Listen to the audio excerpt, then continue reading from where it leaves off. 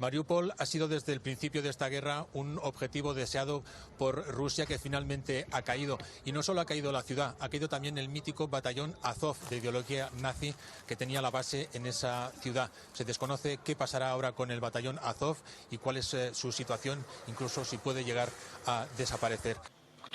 Los que no pueden vivir sin foie gras, ostras, o lo que llaman libertad de género. Los escupiremos como cuando algo te entra en la boca sin querer. Los escupiremos en el suelo.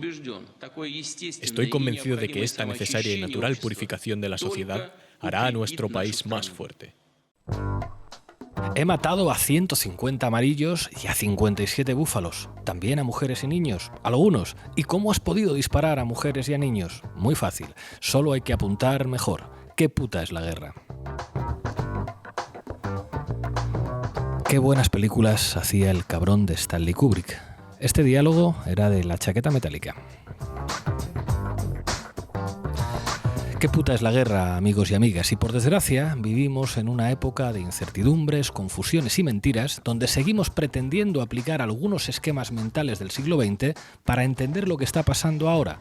El rojipardismo, por llamarlo de alguna forma, sigue empeñado en presentarnos la campaña rusa en clave antifascista y nos pretende explicar la geopolítica en clave antiimperialista, como si China y Rusia representaran un nuevo polo preferible al imperialismo de los Estados Unidos. Y por el otro lado, la izquierda otanista, por llamarla de alguna forma, nos pretende presentar a Zelensky como un héroe de la democracia y a los nazis del batallón Azov como una exageración de la propaganda rusa. En fin. 1914 enseña más de este comienzo de la Tercera Guerra Mundial que el breve siglo XX de Erich Hobsbawm, que fue el siglo del comunismo y de los movimientos de liberación nacional. Esta es una guerra de intereses, donde Estados Unidos trabaja para arruinar a Rusia y tener a la Unión Europea a sus pies. Esta es una guerra de intereses, donde Rusia trabaja para frenar la expansión de la OTAN y no va a hacer concesiones a ningún planteamiento democrático. Esta es una guerra de intereses, donde China sabe que tiene más que ganar en el comercio que en la propia guerra. Y esta es una guerra de intereses, donde el derecho internacional no le importa ya una mierda a nadie, que se lo digan a los saharauis.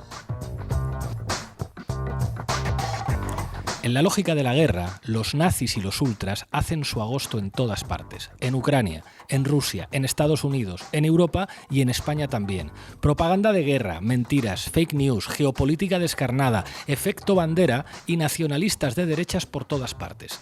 Decía Oswald Spengler, un filósofo nacionalista y conservador alemán, admirador de Mussolini y admirado por los nazis, que al final siempre ha sido un pelotón de soldados el que ha salvado la civilización.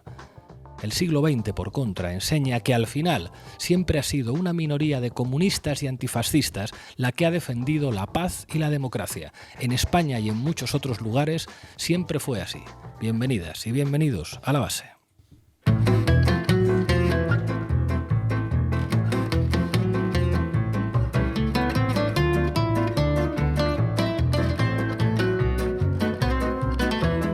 La Base, de lunes a jueves en Público.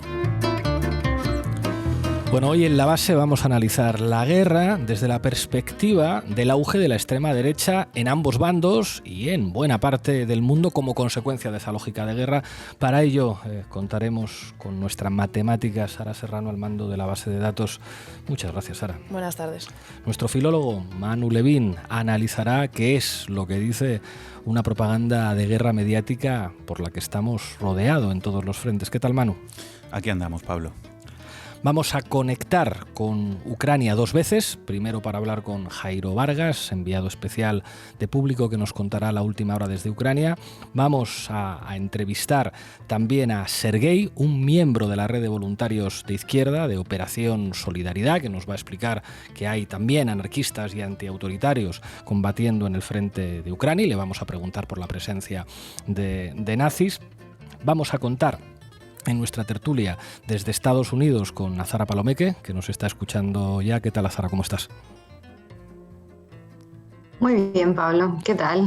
Y contamos también con Jonathan Martínez desde el País Vasco. Muchísimas gracias, compañero, por acompañarnos. ¿Qué tal? Un abrazo. Y para terminar, hoy que es miércoles, hoy es martes, ¿no? Terminaremos con Dato Mata Relato con Julián Macías. Arrancamos, Lolo. La base de datos.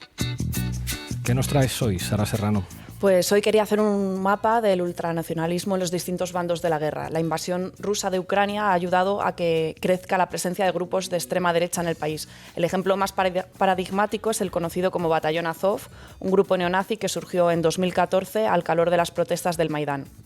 Esta organización paramilitar se nutrió principalmente del grupo ultranacionalista Patriota de Ucrania y de la Asamblea Nacional Social, pero también de miembros de diferentes grupos ultras internacionales.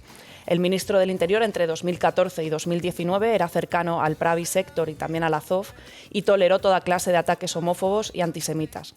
Actualmente el batallón Azov está integrado en las Fuerzas Armadas ucranianas. Bueno, hace unos días el embajador de Ucrania en Alemania salió precisamente en defensa del batallón Azov. ¿Qué más traes? Pues otro ejemplo de lo que ocurre en un contexto de guerra fue el asesinato del alcalde de Kremina, Vladimir Struk, partidario de negociar con Rusia. Un trabajador del Ministerio de Exteriores ucraniano aseguró que patriotas desconocidos le dispararon como traidor bajo las leyes de la guerra. Patriotas desconocidos.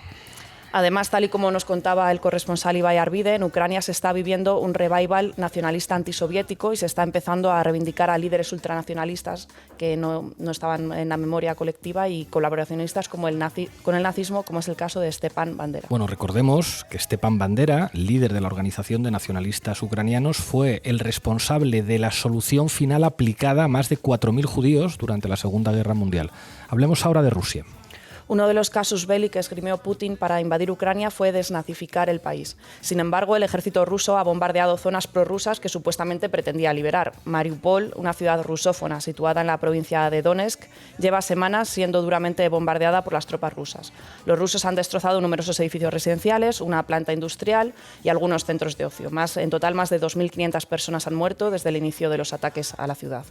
Y la política exterior rusa tiene además un correlato en su política interior. La guerra está sirviendo para reforzar su cierre autoritario. Esto se concreta en medidas como la Ley de Información Falsa, una ley aprobada en plena guerra que castiga con penas de hasta 15 años de cárcel a quien publique noticias falsas sobre la contienda. El Kremlin ha cerrado... Noticias falsas, entre comillas. Entre comillas, noticias, lo que se considera noticias falsas desde el Kremlin. El Kremlin ha cerrado también diversos medios de comunicación y redes sociales. Como consecuencia de esta política, prácticamente la totalidad de los medios occidentales han salido del país. Bueno, esta es precisamente la ley que le van a aplicar a la periodista que salió el otro día en la televisión pública rusa con una pancarta que decía Stop War, no a la guerra, y que fue inmediatamente detenida. Sí, así es. El gobierno de Putin también está reprimiendo duramente al colectivo LGTBI. El ejemplo más significativo es la aprobación de la ley contra la propaganda homosexual, que tiene el propósito de proteger a los niños de la información que niega los valores familiares tradicionales. Además, recordemos que el líder de la oposición, Alexei Navalny, está en la cárcel y su movimiento político ha sido desmantelado e ilegalizado por el gobierno de Putin. A esto hay que sumar los miles de activistas que han sido detenidos en las últimas semanas por protestar contra la guerra en Ucrania. Bueno, de hecho, en uno de sus últimos discursos, Vladimir Putin amenazaba con, cito literal, purificar Rusia de escoria y de traidores. Putin avisaba así de una represión contra cualquiera que disienta de la madre patria o que se vea seducido por los lujos de Occidente, considerando también un lujo los derechos LGTBI. Además, como ya comentábamos hace unas semanas aquí en la base, el régimen de Putin mantiene alianzas con la extrema derecha global. Un informe de la Eurocámara señalaba estrechos contactos entre el partido de Putin, Rusia Unida, y partidos ultraderechistas europeos como el partido de Marine Le Pen en Francia, la Lega de Matteo Salvini, el austríaco FPO, Alternativa por Alemania, o el partido del ultraderechista Víctor Orbán en Hungría. También contábamos como Citizen Go y su sección española de apoyo a Vox, la organización ultraconservadora Hazte Oír, han sido financiadas con dinero ruso. Bueno, los líderes de la ultraderecha europea, en un ejercicio de transformismo, por otra parte frecuente en la extrema derecha, han pasado de coquetear con Putin y hacerse fotos y quererle mucho a llamarlo abiertamente comunista. Salvini ha pasado de llevar una camiseta con la cara de Putin a visitar una ciudad en la frontera de Polonia con Ucrania para solidarizarse con los refugiados ucranianos. Pero cuéntanos, Sara, ¿cómo se está dividiendo la extrema derecha en los Estados Unidos? Pues en Estados Unidos la ultraderecha está todavía más dividida por la guerra que en Europa. El trumpismo se ha declinado por apoyar a Putin. De hecho, en una entrevista reciente, Donald Trump llegó a afirmar que Estados Unidos debía hacer con México lo mismo que Putin con Ucrania. Y Fox News, una cadena a la que muchos llaman la televisión del trumpismo, ha definido a Zelensky como el títere del Departamento de Estado de Biden. Sin embargo, esta no es una posición monolítica y otros ultraderechistas sostienen que la guerra de Ucrania es una guerra entre el globalismo de Occidente y el multiculturalismo euroasiático, en la que solo pierde el supremacismo blanco. Todo es plástico, decadencia y pose, decían los chicos del maíz. Muchas gracias, Sara. A ti. El gobierno de Ucrania ha anunciado la suspensión de la actividad de 11 partidos de la oposición mientras dure la ley marcial.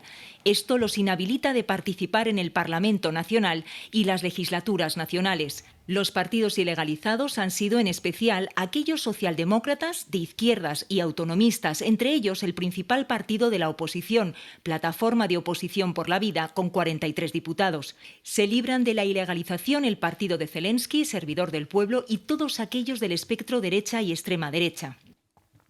En fin, está la cosa animadísima. Permitidme que salude a Miquel Ramos, que se incorpora a la base, uno de los periodistas que más sabe en este país de ultraderecha. Le haremos después unas cuantas preguntas. Pero llega el momento de titulares al banquillo con Manu Levín. Mete cabecera, Lolo. Titulares al banquillo.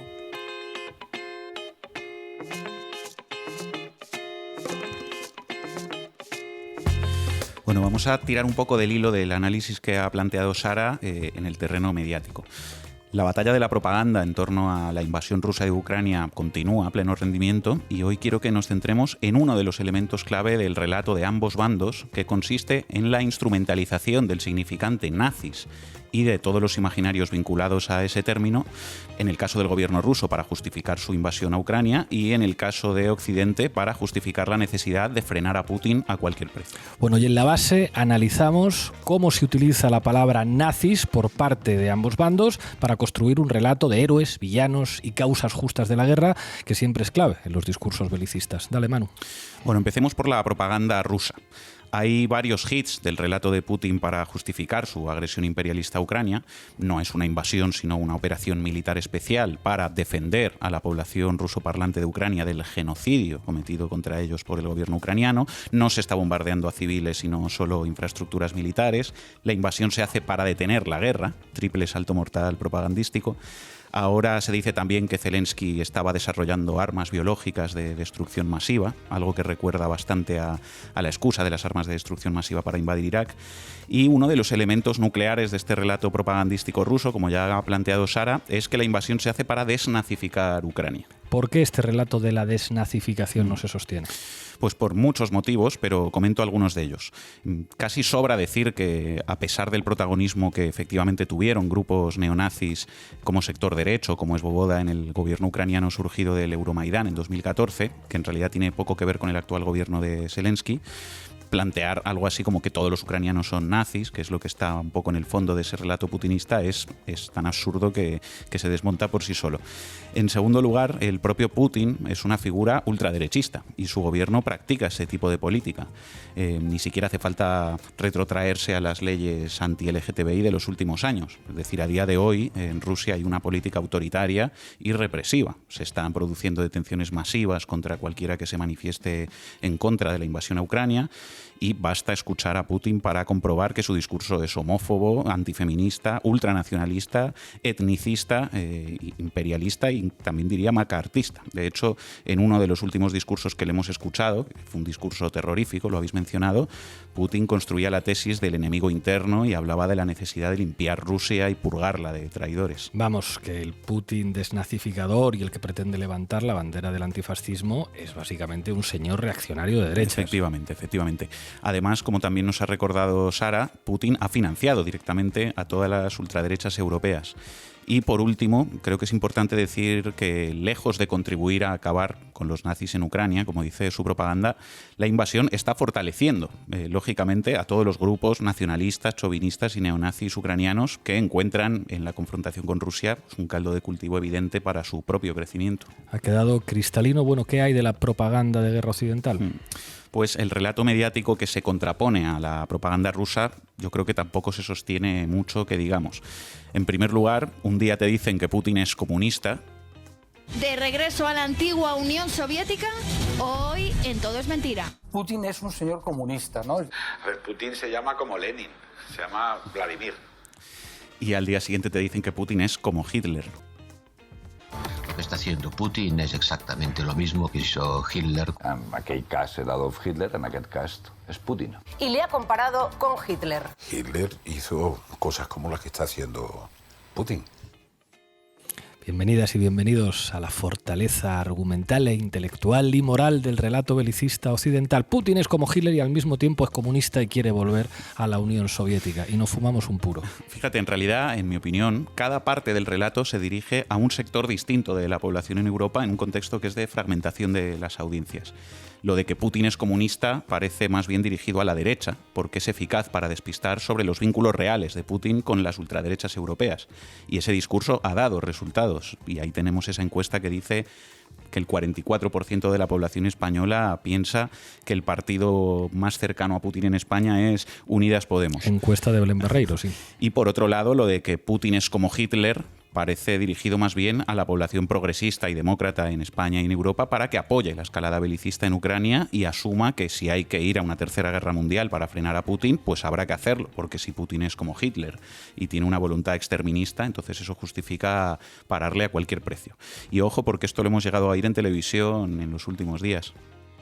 Podríamos encontrarnos en puertas de una tercera guerra mundial, que sabemos cómo empieza pero no cómo acaba. Sí, bueno, pero igual es inevitable. Igual esto es inevitable, dicen. En fin, yo creo que lo que empieza a ser inevitable es la necesidad de desconectar de una vez con el belicismo delirante que están alimentando todos estos opinadores desde los grandes medios de comunicación, en fin. A mí me parece que ese discurso que compara esto con la Guerra Civil Española o con la Segunda Guerra Mundial y que lo plantea como una batalla entre la democracia y el autoritarismo, entre fascismo y antifascismo, entre el bien y el mal, tampoco resiste un gran análisis. Y no hace falta irse al Maidán y al peso que tuvieron los nazis en aquel gobierno ucraniano. Basta ver el peso que tienen hoy los grupos paramilitares fascistas en Ucrania, que incluso están integrados en las Fuerzas Armadas, y que además han sido blanqueados escandalosamente en repetidas ocasiones en los medios de comunicación. Vamos a escuchar cómo se hablaba estos días en televisión, en La Sexta, de las acciones de uno de estos grupos, el batallón Azov, al que, además, según distintas informaciones, están llegando el armamento enviado por Europa y por España. Me han dado imágenes también, compañero. Te has encontrado ciudadanos atados a postes, a farolas en mitad de la calle. Cuéntanos. Sí, efectivamente, en uno de los momentos que nos estábamos retirando del puente vimos como un grupo de milicianos, en este caso del conocido y controvertido batallón Azov, tenían atados a unos postes a varias personas. De hecho, pensamos que uno de ellos era ya cadáver. Simplemente los tenían atados, desnudos, torturándoles. Vaya, así que miembros del controvertido batallón Azov se dedican a torturar, a humillar y asesinar a civiles a los que acusan de ser traidores, atándolos semidesnudos a los postes. Así es, Pablo. Y podríamos hablar también del reclutamiento forzoso impuesto a todos los hombres ucranianos en edad militar, que ha convertido en desertores a miles de ciudadanos que no están dispuestos a matar ni a morir defendiendo la patria. O podríamos hablar de la prohibición de 11 partidos políticos ucranianos que ha decretado Zelensky, que también habéis comentado. Yo creo que nunca se puede perder de vista que aquí hay una agresión imperialista de una potencia nuclear contra un vecino más débil, y eso es muy importante en términos de posicionamiento moral ante la invasión y ante la guerra. Pero la conclusión de todo este duelo de propagandas, a mi modo de ver, es, primero, que los relatos que plantean esta guerra como una lucha entre el fascismo y el antifascismo, que, ojo, son relatos recíprocos, porque se hacen desde Occidente, pero también desde Rusia, son propaganda de guerra y no sirven para explicar lo que sucede. Segundo, yo creo que si a alguien fortalece la guerra es a la ultraderecha, tanto en Ucrania como en Rusia, en detrimento de las opciones democráticas. Y tercero, pues que por este mismo motivo, si hay un eje fascismo-antifascismo en todo esto, seguramente tiene más que ver con el eje guerra y escalada belicista versus lucha por la paz. El antifascismo, como en 1914, es defender la paz. Muchas gracias, Manu. Si ves manipulación en los medios de comunicación, escríbenos a titularesalbanquillo@gmail.com. Bueno, vamos a hacer la primera conexión con Ucrania. Vamos a hablar con Sergei. Sergei es miembro de una red de solidaridad con un batallón antiautoritario que están enfrentándose al ejército ruso con las armas. Ellos son anarquistas. Muchísimas gracias, Sergei, por atender a la base. Tengo dos preguntas. La primera es, a tu juicio, ¿cuáles son las razones que han empujado a un batallón antiautoritario a tomar las armas y a participar en esta guerra. Hola, en primer lugar, después de la invasión a gran escala de Rusia, se convirtió en la guerra del pueblo aquí. Así que no es importante en este momento cuál es tu ideología. E incluso las personas que promueven la paz, que quieren la solución pacífica de la guerra del Este, se unieron a la defensa territorial, al ejército ucraniano, o incluso crearon sus propios destacamentos e iniciativas lideradas por otros activistas autoritarios. También porque, sí, lo sabemos, tenemos muchos problemas en Ucrania. Todos estos años se ha criticado al gobierno ucraniano. Pero Ucrania sigue siendo un país mucho más libre que Rusia. Y realmente no queremos un régimen casi fascista aquí. Por eso la gente se une a la resistencia militar. Gracias, Sergei. La segunda pregunta es a propósito del papel de grupos nazis y de extrema derecha en ambos bandos. Sabemos que Vladimir Putin es un líder de ultraderecha, pero hemos visto también a grupos nazis combatir en Ucrania. Te quería preguntar por el papel de estos grupos. I think we should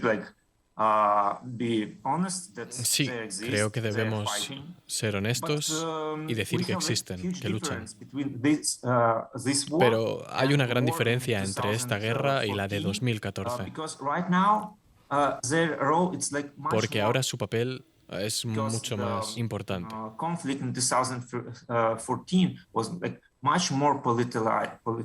Porque el conflicto de 2014 estaba mucho más politizado. El papel de estos grupos de extrema derecha era mucho mayor. Hoy son más miembros de la resistencia general. Sí, también tienen sus propios destacamentos y tratan de promoverse como los principales combatientes. Pero hoy el ejército ucraniano es la fuerza principal.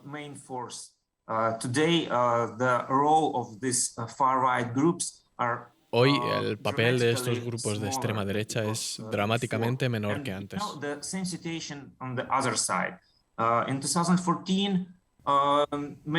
Y es la misma situación en el otro lado.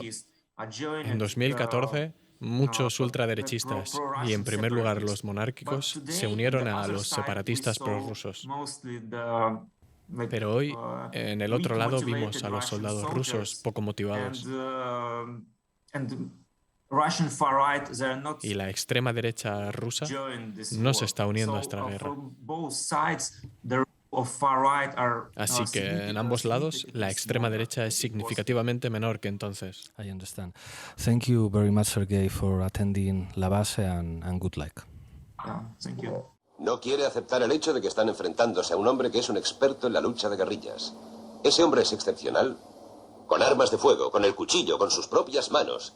Un hombre que está entrenado para ignorar el dolor, las condiciones climatológicas, vivir de lo que da la tierra. Comer cosas que harían vomitar a una cabra. Matar. Punto. Matar o morir.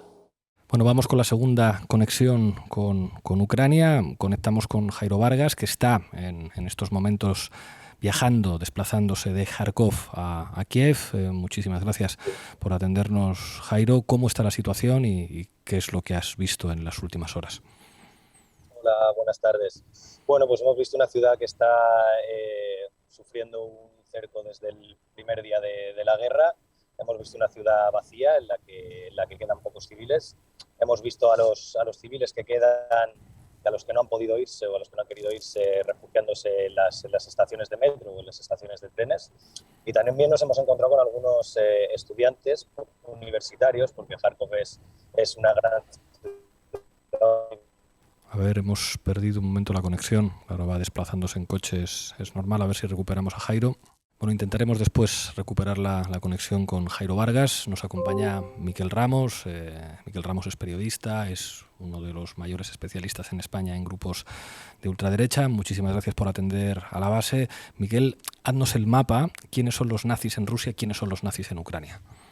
Bueno, un placer estar de nuevo aquí y bueno, como llevamos explicando desde el principio del conflicto y sobre todo los que somos, estamos centrados en la investigación de los grupos de extrema derecha, nos está siendo muy complicado analizar y explicar el papel de la ultraderecha en este conflicto precisamente por lo que acabáis de comentar, por esa retórica por ambas partes, ¿no?, de hacer apelaciones no solo al nazismo o al fascismo, sino precisamente porque cuando explicamos o exponemos a unos u otros grupos que están de uno u otro lado, pues se nos acusa de uno u otro lado, ¿no?, de estar defendiendo al otro, ¿no? Por tanto, pero bueno, sí que es verdad que no lo podemos obviar. Yo en este conflicto pues estoy informando sobre ambas partes. El sector ucraniano probablemente estos últimos años ha tenido una sobreexposición y una atención, bastante amplia en los sectores de extrema derecha, precisamente por el papel y la impunidad que ha tenido el batallón Azov o el Pravi Sector también, y la extrema derecha allí, en un país donde han acabado formando parte de las Fuerzas Armadas, estos batallones abiertamente neonazis, y donde se ha ido mucha gente de varios países a entrenar y a conocer sobre el terreno cómo funcionaba una milicia armada de extrema derecha dentro de las Fuerzas Armadas de un país que estaba siendo, incluso entrenado, ¿no?, por la OTAN, ¿no? Por lo tanto, esto es algo que no se puede obviar.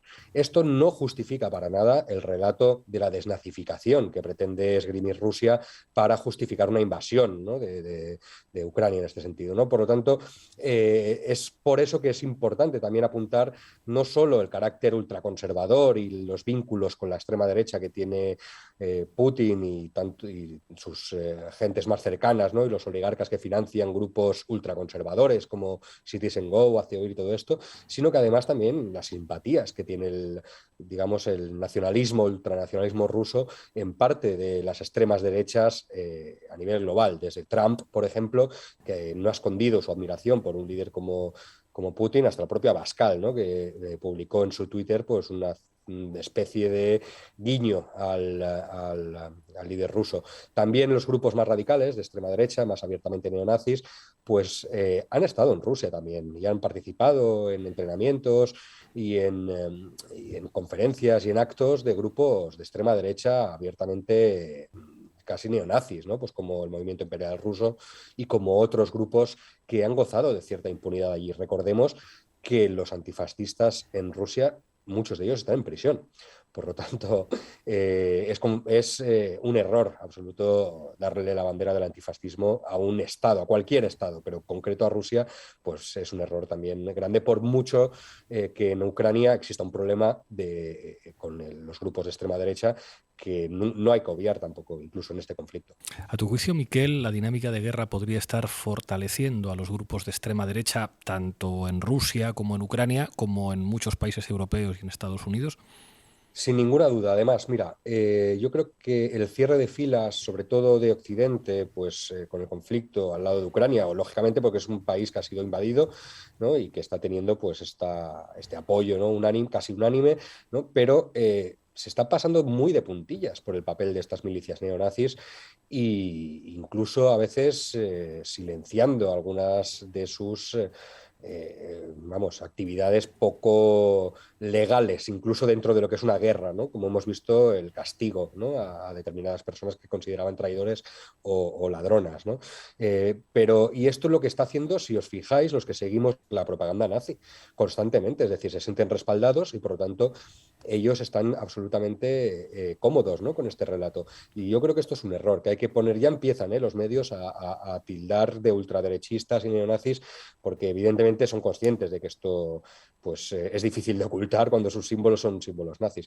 Y por otra parte, está beneficiando a la extrema derecha porque están creando una especie de yihad, ¿no?, salvando las distancias, ¿no? Pero sí que es verdad que está habiendo un llamamiento a activistas de todo el mundo que están yendo a Ucrania a combatir, y esta gente posiblemente luego vuelva a sus países y pues cuente con experiencia militar, experiencia de haber combatido en una guerra, y quién sabe si también se llevará alguna arma consigo, ¿no? Recordemos que en Europa las fronteras, pues con el Tratado de Schengen, pues facilitan, ¿no?, la circulación de las personas y nadie a lo mejor puede detectar que tienes una K-47 en el coche, ¿no? Esto por una parte. Por otra parte, lógicamente, pues también en lo que es un contexto de guerra, pues estos relatos y digamos, estos nacionalismos que se están normalizando por ambas partes, yo creo que todo esto lo que sí que hace precisamente es dotar de legitimidad, ¿no?, a uno de los pilares fundamentales de la extrema derecha global, que es el nacionalismo, ¿no?, incluso la defensa, ¿no?, de culturas, ¿no? Estamos viendo incluso relatos de defender la cultura, ¿no?, defender la identidad, ¿no? Y estos son relatos muy favorables, ¿no?, que siempre la extrema derecha ha sabido capitalizar muy bien. Por tanto, no lo digo yo, también lo decía el Washington Post hace poco, que esta guerra pues está dando un impulso a los relatos y a los grupos de extrema derecha que por ahora son difíciles de evaluar, pero que los que somos investigadores en este campo pues no dejamos de advertir. Miquel, última pregunta. Entre algunos grupos antifascistas, sobre todo de gente joven, hay una notable desorientación a la hora de definir una praxis política en este contexto. ¿Qué les dirías en una situación tan difícil como esta? Bueno, yo creo que lo primero es tener claro que esto no es una guerra de izquierdas contra derechas ni de fascismo contra antifascismo. Esto es un problema, una guerra, una invasión.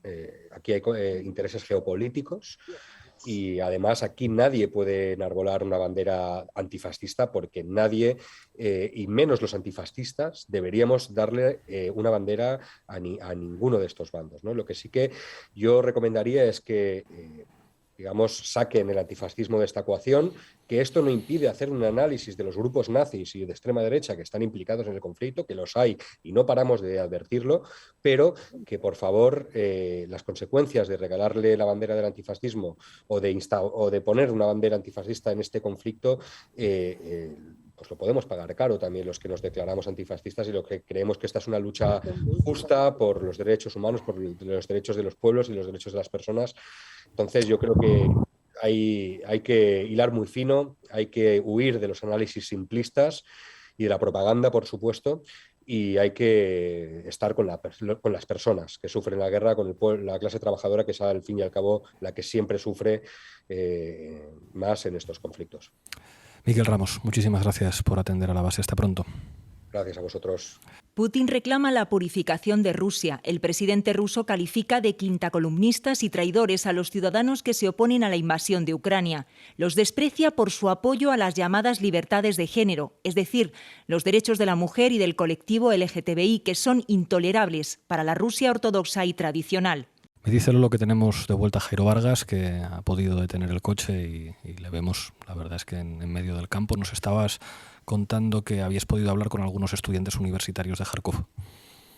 A ver si puedes darle al micro, Jairo. Perdón, ahora ya. Adelante. Sí, con tantos contratiempos. Sí, os contaba que también habíamos podido encontrar a todavía algunos estudiantes universitarios, porque Kharkov es una gran ciudad universitaria, donde está la segunda universidad más antigua del país y bueno, muchos de ellos cuando estalló el conflicto, pues ellos procedían de otras regiones del país, iban a estudiar a esta ciudad y sus familias estaban en otros sitios del que también se desplazaron, ¿no? Hablábamos con algunas personas que se quedaron en la ciudad bajo los bombardeos porque precisamente no sabían a dónde podían ir a reunirse con sus familias, no sabían muy bien qué estaba pasando y de hecho algunos todavía no sabían dónde estaban sus padres cuando estaban ya cogiendo el tren para salir de la ciudad porque los bombardeos rusos son constantes. Jairo, ha tenido cierto eco mediático la noticia de la prohibición de las actividades de varios partidos políticos en Ucrania, uno de ellos con 44 diputados en el Parlamento. ¿Qué sabes de esto? Bueno, sí que sé lo mismo que sabéis vosotros, no es algo que yo haya podido trabajar en terreno, me estoy dedicando más a historias personales, pero sí que es cierto que el clima bélico invita a este tipo de acciones, ¿no? Y la ley marcial pues también lo posibilita, lo que nos comentaban o cuando hemos podido hablar con alguien en la calle, ¿no? Preguntando por esto, pues todo el mundo dice que la mayoría de estos partidos, o al menos gran parte de estos partidos, que algunos tenían pues bastantes diputados, mantenían posiciones cercanas al Kremlin. Y bueno, pues quizá por esto, pero ya te digo que no es algo que yo haya podido estudiar muy a fondo. Has estado en Kharkov, es, como nos decías al principio, una de las ciudades digamos que más tiempo ha estado conteniendo el avance de las tropas rusas. Nos decías que has podido conocer varias historias personales. ¿Puedes contarnos alguna de ellas? Sí, pues hemos estado, por ejemplo, en un hospital, lo contaré en el próximo reportaje que publicaremos en público. Hemos estado en un hospital de la ciudad donde pues, nos contaban los médicos, ¿no? que están prácticamente todos durmiendo en el hospital y no solo por su seguridad, sino porque las emergencias son constantes, ¿no? Los bombardeos llegan en cualquier momento y cuando esto ocurre pues tienen que trabajar a destajo y no hay tiempo que perder. O bueno, también hemos estado en lo que se puede decir en uno de los barrios donde ahora mismo es una línea de defensa, ¿no? Y bueno, todavía quedan algunas personas civiles allí, aunque sí que es cierto que quedan muy pocas, ¿no? Los que quedan son personas mayores que no pueden salir y donde los voluntarios tratan de llevar alimentos. Jairo Vargas, muchísimas gracias por atender a la base. Cuídate mucho, compañero. Nada, gracias a vosotros. Hasta luego. La base, con Pablo Iglesias, Sara Serrano y Manu Levín. Bueno, estamos ya en mesa de análisis. Nos acompañan Azahara Palomeque y Jonathan Martínez. Azahara, empiezo contigo. ¿Cómo ves tú, además, desde los Estados Unidos, el proceso de derechización y ultraderechización creciente que implica la dinámica de guerra? Pues bueno, ese proceso es que ya estaba muy avanzado en Estados Unidos. Entonces, después de haber vivido la era Trump, ¿no? Y lo que ha supuesto para la ultraderecha allí y de hecho la gran amenaza de Estados Unidos son los grupos de ultraderecha, dichos por informes del FBI incluso, ¿no? Que supone una amenaza más seria, más grave que el terrorismo extranjero. Esto ha venido pues a exacerbar una dinámica que ya estaba en progreso y bueno, ha caído en manos de Biden. Te puedo decir que la manera como se está conceptualizando el conflicto es pues esa lucha entre civilización y barbarie, ¿no? Está sirviendo también para reforzar unos valores que estaban muy de capa caída en Estados Unidos. O sea, se habla de defender la libertad, defender la democracia, y recordemos que llevábamos pues años o al menos los últimos meses que esto se está cuestionando a nivel interno también, con restricciones del derecho al voto, por ejemplo, que siguen vigentes, las están aprobando incluso más varios estados. Entonces, pues bueno, se está utilizando este conflicto para instrumentalizarlo para la política interna y claro, y eso aviva también muchísimo el belicismo, porque paradójicamente junto a la libertad y la democracia pues se aprueba el presupuesto de defensa mayor de toda la historia de Estados Unidos, ¿no? Entonces ahí es donde estamos ahora. Un detalle, por ejemplo, importante que nunca se menciona, todas las reclamaciones del Black Lives Matter que se han hecho en estos últimos meses, las grandes manifestaciones. Una de las grandes reclamaciones era defund the police, ¿no? Quitarle la financiación a la policía, y pues en una de las últimas ruedas de prensa Biden dijo no, precisamente lo que hay que hacer es financiar muchísimo más a la policía, incrementar esos presupuestos.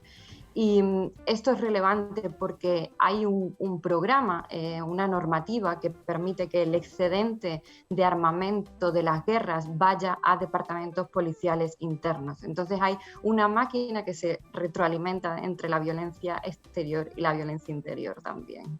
Jonathan. Sí, bueno, lo primero que quería decir es que hace poco he compartido una mesa con uno de los militantes históricos del antimilitarismo vasco, y él decía una frase casi a modo de consigna, y es que las guerras sirven para desactivar el lado racional del cerebro y para incitar a las bajas pasiones de la gente, que está siendo bombardeada con una información de pánico. Vemos los precios de los carburantes, vemos las imágenes de desabastecimiento, vemos las imágenes de refugiados, vemos las imágenes de guerra, y una sociedad atemorizada es una sociedad fácilmente manipulable. De modo que una guerra, igual que un conflicto de otra naturaleza, como puede ser una catástrofe natural, una pandemia o un atentado, sirve para reforzar las dinámicas autoritarias. Es decir, en un conflicto como el actual no es nada personal, solo son negocios y siempre sale ganando el capitalismo, siempre sale ganando el nacionalismo xenófobo y sale perdiendo la población civil. En este caso, la ucraniana, tanto en el este como en el oeste, que es quien está sufriendo los estragos de una guerra que desde luego ellos no han provocado. Azahara. Es que no. Estoy muy de acuerdo con lo que ha dicho Jonathan. Es que me parece tan sumamente complejo, incluso también a nivel nacional, ¿no? Estaba pensando en las transferencias de Estados Unidos aquí, cómo se está aprovechando ese miedo, ¿no? Ese miedo que en España no lo tenemos de manera autóctona. O sea, hemos visto cómo ascendía la extrema derecha, pero hasta hace poco, recordemos, ni siquiera había partido de extrema derecha aquí. Entonces me parece que ahora incluso cómo se está vendiendo el belicismo como valor, ¿no? Como un valor que yo no he visto en España. También llevo mucho tiempo fuera, ¿no? Pero no lo he visto pues de una manera tan flagrante hasta ahora. Y te pongo como ejemplo pues las manifestaciones que ha habido, las protestas del sector primario, el llamado mundo rural, aunque no era mundo rural, pues había pancartas que decía Putin ven e invade a los ecologistas, ¿no? O sea, esos valores que se están añadiendo a lo más cotidiano, ¿no? Ese belicismo. Están apareciendo armas en la televisión, eso tampoco pasaba antes, ¿no? Aquí. Y ahora me estoy preguntando, ¿qué pasaría si Vox dijera pues esa propuesta que tenían para llevar armas, ¿no? Que copiaron de Estados Unidos? ¿Qué pasaría si la plantearan ahora, ¿no? Con ese cambio de valores y este cambio cultural que se está produciendo en las sociedades que llamamos democráticas y, bueno, en el seno de Europa. Entonces sí que es muy preocupante y veo incluso muchas transferencias pues de esa cultura belicista que yo he vivido en Estados Unidos, ¿no? Donde hay más armas que personas, donde todo el mundo está dispuesto a utilizarla. Y ha subido el crimen muchísimo últimamente, que eso también influye en el clima que está demandando más medidas en contra de Rusia, incluso pues en el comienzo de la Tercera Guerra Mundial. Pues eso yo creo que se traduce y se expande en un contexto de guerra como en el que estamos viviendo. Manu. Hay voces de la izquierda, ¿no? en España, en Europa, que como la ultraderecha tiene vínculos con Putin, es decir, como la ultraderecha europea tiene vínculos con Putin, pues digamos que deseaban que eso significara o que fuera suficiente para que la ultraderecha en España y en Europa saliera debilitada a raíz de la guerra. Y lamentan que en lugar de todo eso, digamos que se haya producido un debate en la izquierda, ¿no? Dicen, la izquierda se ha puesto el foco a sí misma y ha permitido a la ultraderecha irse de rositas de sus vínculos con Putin. O sea, yo estoy de acuerdo con intentar poner el foco ahí, poner el foco en esos vínculos, y de hecho, bueno, en la base hemos dedicado un programa monográfico a eso.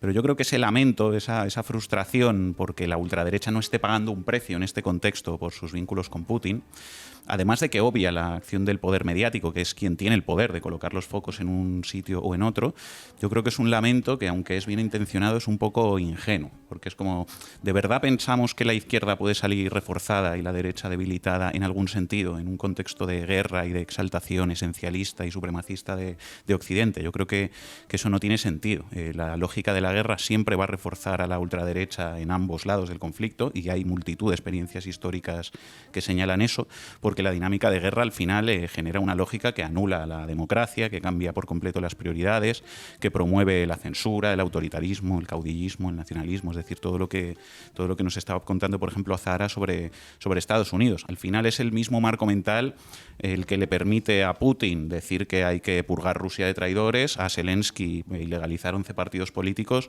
y a Sánchez girar hacia el PP, decir que hay que gastar más que nunca en defensa.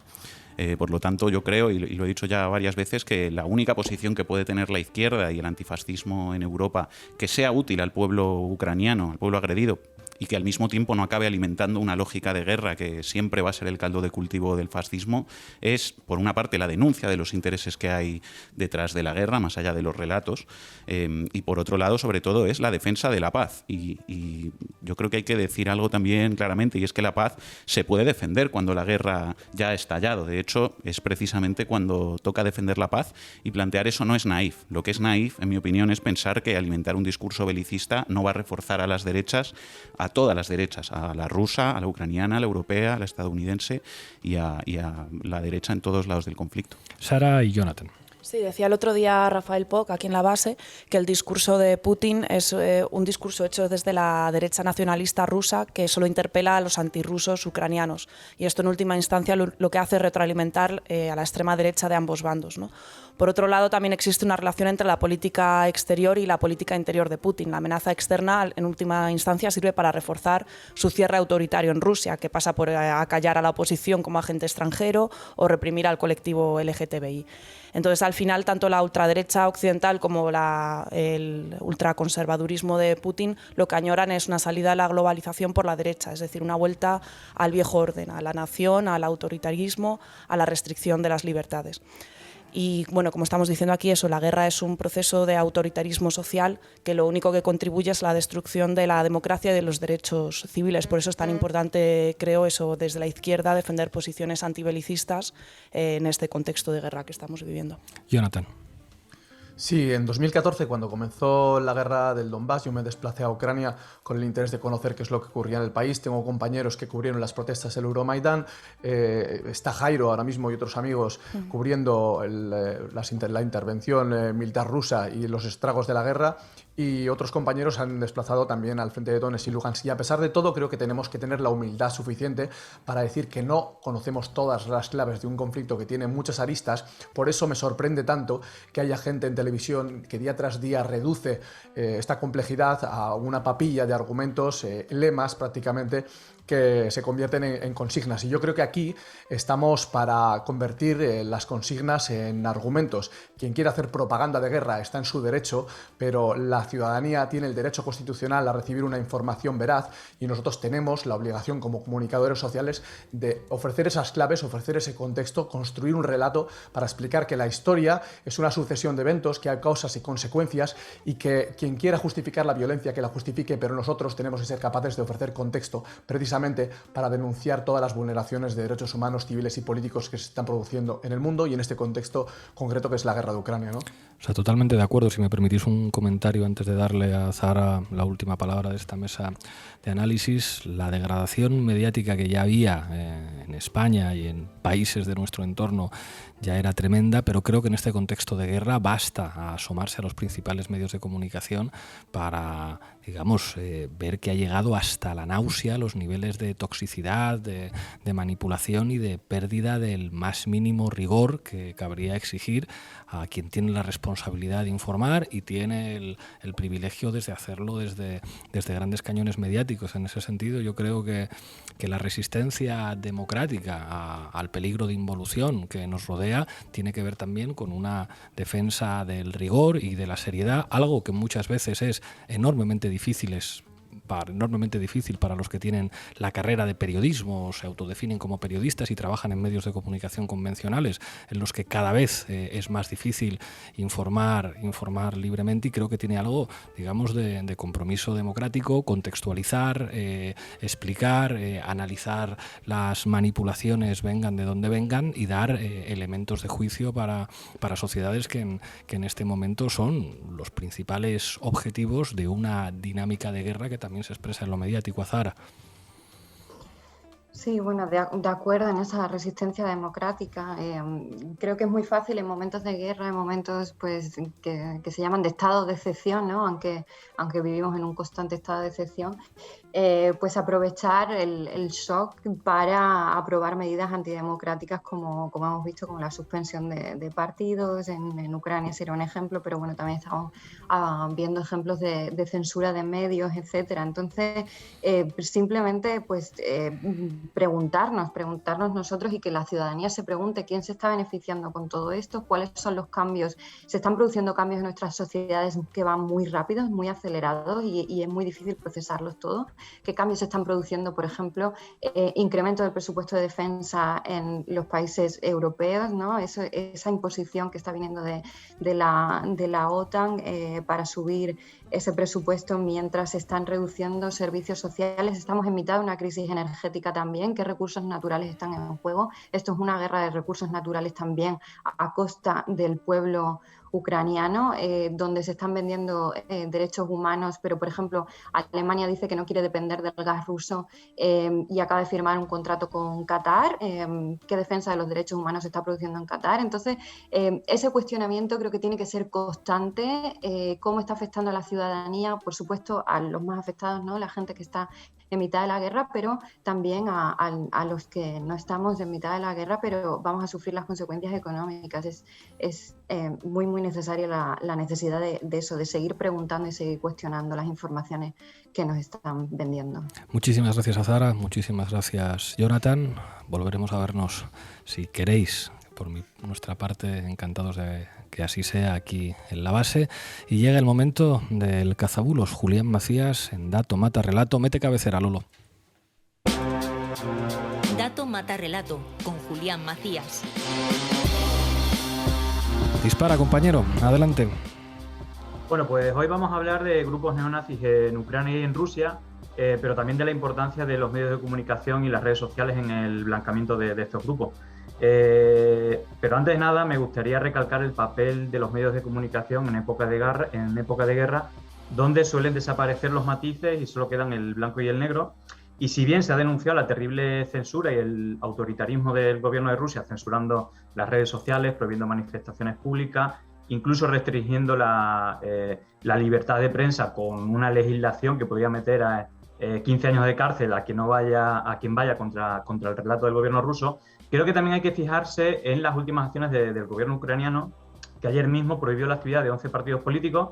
También hay que recordar que anteriormente ya prohibieron los partidos comunistas, y otra de las medidas recientes del gobierno ucraniano es que todos los medios de comunicación se tienen que ajustar a la programación que el gobierno le dicte, ¿no? Entonces, bueno, creo que en este caso los medios de comunicación no están resaltando tanto esto, y sobre todo también estamos viendo los últimos días, imágenes terribles de personas atadas a postes y farolas, en ocasiones desnudos, principalmente son hombres, pero también estamos empezando a ver niños, y bueno, se dice que son castigos ejemplares para ladrones, desertores o prorrusos, pero claramente esto vulnera los derechos de elementos de la persona, y de facto es una desaparición del papel de la policía y de la justicia en el país, algo terrible que, como te decía, los medios de comunicación creo que no están poniendo el foco suficientemente sobre estas acciones que están pasando en Ucrania. Totalmente, o sea, desaparición de la presencia del Estado y la peor versión de una suerte de justicia popular. Pero ¿quién está detrás de estas acciones, Julián?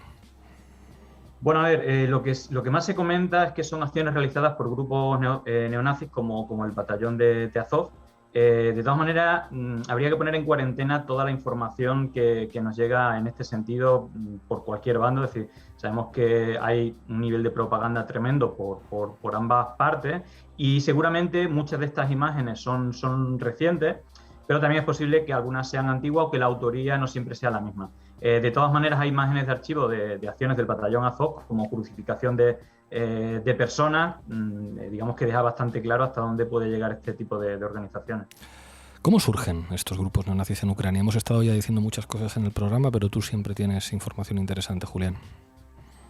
Bueno, a ver, aunque digamos que desde la descomposición de la Unión Soviética siempre hubo grupos nacionalistas fuertes, creo que claramente el punto de inflexión fue el Euromaidán, y sobre todo algo de lo que no se suele hablar son los medios de comunicación que se crearon precisamente en esa época.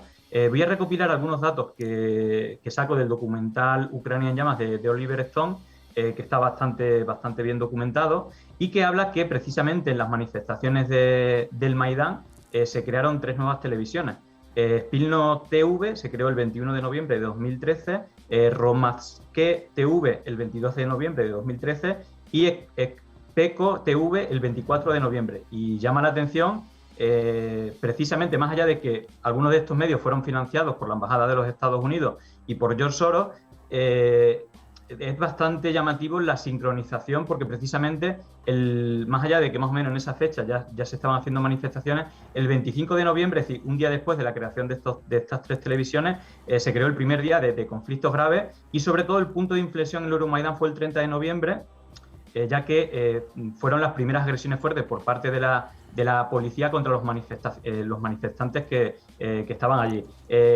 Precisamente, bueno, Popov, que era el jefe de policía y del cual dependía del jefe de Estado Mayor, que era Sergei Libochkin, dimitió al día siguiente aludiendo a estar en contra de estos ataques de la policía a los manifestantes, cuando fue él mismo quien dio la orden, y precisamente este jefe de Estado estuvo en contacto con la oposición y con altos cargos de los Estados Unidos esos días, y además ese mismo año compró junto a Dmitro Vaslilovich, que es un magnate del gas, quizá el grupo más importante comunicativo del país, que es Intermedia Group.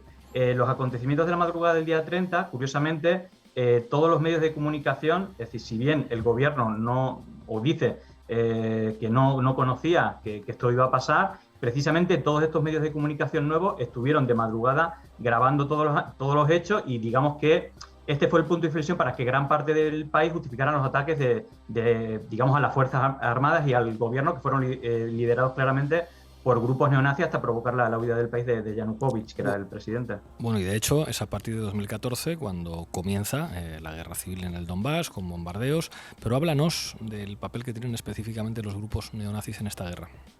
Sí, justamente, digamos, después de, bueno, no sé si llamarlo golpe de Estado, por lo menos derrocamiento del presidente que había, bueno, pues sale poco después un gobierno, digamos, liderado por Poroshenko, donde tienen un papel muy importante grupos políticos neonazis como Sborova o Pravik Sector, y todos estos grupos neonazis radicales que a veces tenían sindicación y otras veces, bueno, pues eran personas que se radicalizaron, pues durante ese gobierno fueron entrenados militarmente para que precisamente, digamos que reprimieran a aquellos sectores del país que no estaban de acuerdo con el nuevo gobierno, principalmente la zona del Donbass, donde hubo más de 14.000 muertos y casi 2 millones de personas que tuvieron que huir del país. Pero hubo otros casos terribles, como el de Odessa, donde quemaron vivos a más de 40 manifestantes contra el nuevo gobierno, que prácticamente casi todos eran organizaciones de izquierda o de sindicatos, ¿no? Es decir, son elementos bastante graves que se dieron en esa época. Háblanos ahora, Julián, de los grupos neonazis en el bando ruso. Sí, bueno, una de las cosas de las que tampoco se habla es que, bueno, hubo precisamente, y también se reactivaron, creo que Manu Levin lo estaba comentando, que al final lo que provocan periodos de guerra son periodos de fortificación de las posiciones, digamos, más ultras, ¿no? a la derecha, y precisamente, digamos, también en el 2014 tuvieron mucho peso estas organizaciones neonazis digamos, en Rusia, que muchas de ellas se presentaron como voluntarias para ir a dar la batalla en el Donbass, y bueno, digamos, fue una lucha ahí de grupos de neonazis que en el 2014 tuvieron mucho peso, que luego fueron reduciéndose, pero si tuviéramos que nombrar algunos grupos, por ejemplo, destacarían el Movimiento Imperial Ruso, que tiene su base clandestina de entrenamiento en San Petersburgo, conocido como el Club Partizan, y que allí se forman neonazis de todo el mundo. Otro de los grupos también neonazi sería el Grupo Wagner, que es su nombre al compositor favorito de Adolf Hitler. Otro sería el Batallón Bariat, que es un regimiento paramilitar ortodoxo fascista compuesto por voluntarios ultraderechistas y que toma su nombre por vikingos suecos del siglo XIX, del siglo IX y X, bueno, un poco aludiendo a la pureza de la raza. Y por último, Task Force Russic, que seguramente sea el grupo más violento de todos ellos. Y háblanos, que tú sabes mucho de esto, de qué papel han jugado en todo este proceso las redes sociales. Pues bajo mi punto de vista bastante lamentable, porque están también favoreciendo que este repunte en este sector del mundo, pues bueno, vaya aumentando estos grupos neonazis. Y si ya comentamos cómo Facebook permitió la viralización de imágenes de videojuegos, haciéndolas pasar por imágenes de bombardeos reales sobre Ucrania, o permitiendo que las redes sociales oficiales del gobierno de Ucrania también use esos videojuegos como si fueran imágenes reales de derribamiento de aviones rusos, A esto habría que sumarle que Facebook ha dejado de considerar al Batallón Azov como una organización política peligrosa, que hasta el momento tenía vetados sus mensajes, y a partir de, bueno, por lo menos temporalmente podrán difundir su contenido. Y lo que considero más grave, que es más reciente, es que en Facebook también se permitan en el nuevo contexto las amenazas de muerte no solo a Putin, sino a los rusos, es decir, aumentando la rusofobia y dejando que estos mensajes de odio, bueno, en tiempos de guerra se permitan, ¿no? Y lo que creo que bastante común de lo que se está hablando, que en tiempos de guerra parece que todo vale, pero considero que desde la ciudadanía se debería de poner freno a este tipo de situaciones y digamos, bueno, defender la democracia en todo caso ante el todo vale en tiempos de guerra. Muchísimas gracias, Julián. Hasta la semana que viene. Chao, hasta la semana que viene. Bueno, llegamos al final del programa y hoy queremos terminar con una canción. Recordad que para escuchar la canción tenéis que, si estáis en YouTube, tenéis que pasaros a iVoox o a Spotify. Sabemos que mucha gente nos veis por YouTube, pero si nos escucháis por Spotify o por iVoox podéis cocinar, viajar, podéis hacer muchas más cosas al tiempo que nos escucháis. Bueno, hoy terminamos con una canción de Roger Waters, una canción de Bravery of Being Out of Range, la valentía de estar fuera de alcance, una canción pacifista que creo que va muy bien con el espíritu de análisis, pero siempre un espíritu comprometido y antifascista a la hora de analizar la política. Nos veremos mañana aquí en La Base.